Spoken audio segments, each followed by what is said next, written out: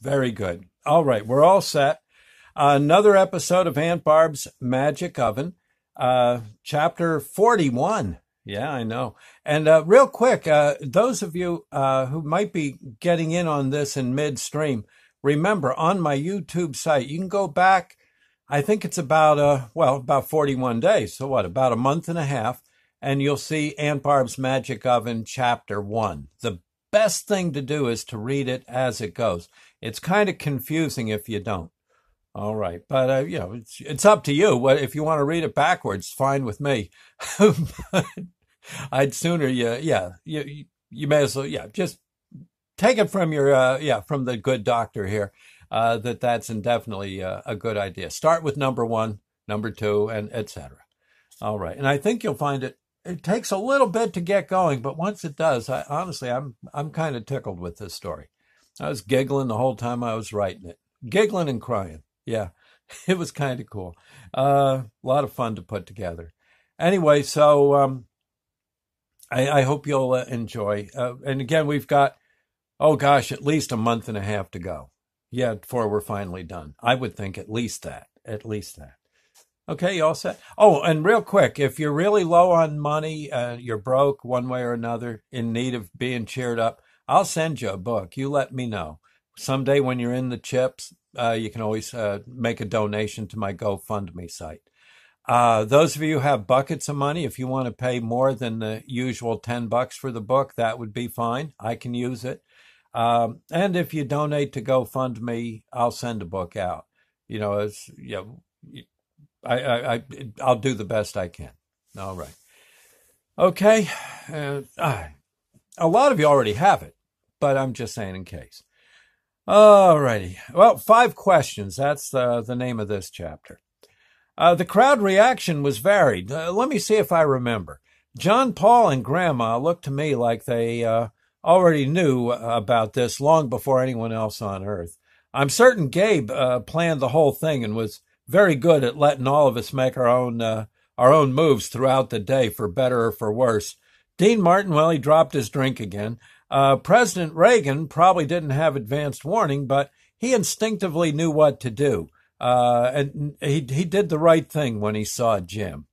That moment where Jim repeated everybody's name might have made anyone suspicious. I was on my guard throughout the day, feeling that great things were happening, but really had no clue all day as to what would come next. I maybe had a hint that something was up back when Gabe told me that Jesus couldn't make the party. Then I let it go. I just went with the thought that, well, something important turned up and I'd be taking over some of the chores. So the crowd here was simply delirious. Maybe they knew in their hearts all along. Maybe.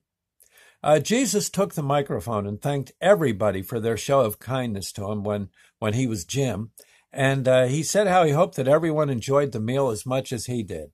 He then said that he'd be happy to answer a few questions from the audience. He thought that 5 questions might be enough.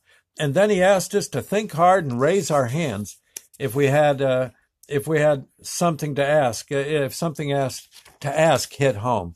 I could see that the crowd was lost in thought mode. Everybody just got quiet, real quiet. Yeah, okay. Suddenly, though, one guy in a ball cap and an Elvis Lives T-shirt raised his hand. Jesus asked for his question. The man gave his name as Bob and thanked Jesus for the great day. Jesus said, "You're welcome," and waited for the question. Bob asked if Jesus could help the Steelers win the playoff this year. I could have died. I mean, here we have the Son of God on Barb and Bill's front stoop, and the guy wants to know about the Steelers. Oh, but for crying out loud, that dope just blew 20% of our chances to learn something really great, and he asked for divine help for those doggone Steelers. I mean, it would have been okay if the guy wanted to help the Jets, but God, let the Steelers help themselves. The bums. Oh my God, now I was doing it too. I bowed my head in shame. Jesus smiled at Bob and said that the Steelers wouldn't be in the Super Bowl this year.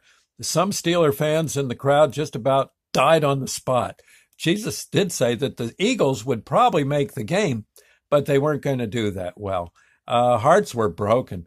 He said he'd only make a bet on them if the bookies gave at least 9.5 points. Then Jesus showed his true nature and turned the whole thing around, if you ask me. He asked Bob if he really loved God as much as he loved football and the Steelers. Bob said that, yeah, he certainly loved God. And during football season, he prayed at home early Sunday morning, and then he watched the Steelers on television. Jesus said that there was certainly nothing wrong with spending Sunday that way. But then he asked Bob if he had ever considered helping the Steelers get that big win someday. Bob said he'd be glad to help, but gosh, what could he do? Jesus felt that there had to be some way, somehow, that Bob could get the Steelers into the big game someday and somehow win it too. Jesus was on a roll. Bob, have you ever thought of finding some way to make a few bucks? I don't know, maybe get a bunch of kids together, or down on their luck. Maybe hold a garage sale, or you and those kids go out and tidy up a park in town. You could leave out a tip jar with a sign on it saying that the money raised would go to helping disadvantaged kids to get tickets for a Steelers game. Think what that could do. This would get them and you out to see a nice game during the regular season. Maybe no one would even know of your kindness the first or second time you do this, but I'll bet after a while, though, Bob, the Steelers would hear about you and find it in their hearts to give you and the kids some really nice unsold tickets. Maybe one of the kids knows how to sing the national anthem, and the Steelers let him have a shot on a Monday night. The kid gets up and sings, and the fans go nuts. The Steelers get so turned on by the kid that and what you've done that they offer you a chance to work with them on getting more disadvantaged kids to more of their games. Better yet, that night where the kids sing so great, the Steelers dry their eyes and, well, they go out and rip the heads off the Green Bay front line. Next thing you know, partly because of your help, they take the division and win the big one. No, you weren't the only reason they won, but you were out there helping. Do you see what I mean, Bob? In a way, you'd be a member of the team, and a good member at that. And you did it all by being the best person you could be. Bob, it might take years for the Steelers to take the trophy, but when they do, and you had something to do with it, well, how is that going to feel? Bob blew his nose into his T-shirt and became a new man. He'd seen the light. Jesus asked for the next question. Darn right. Okay. Well, okay, friends. I hope you enjoyed that. Again, have a good day. God bless. We'll see you now. Bye-bye.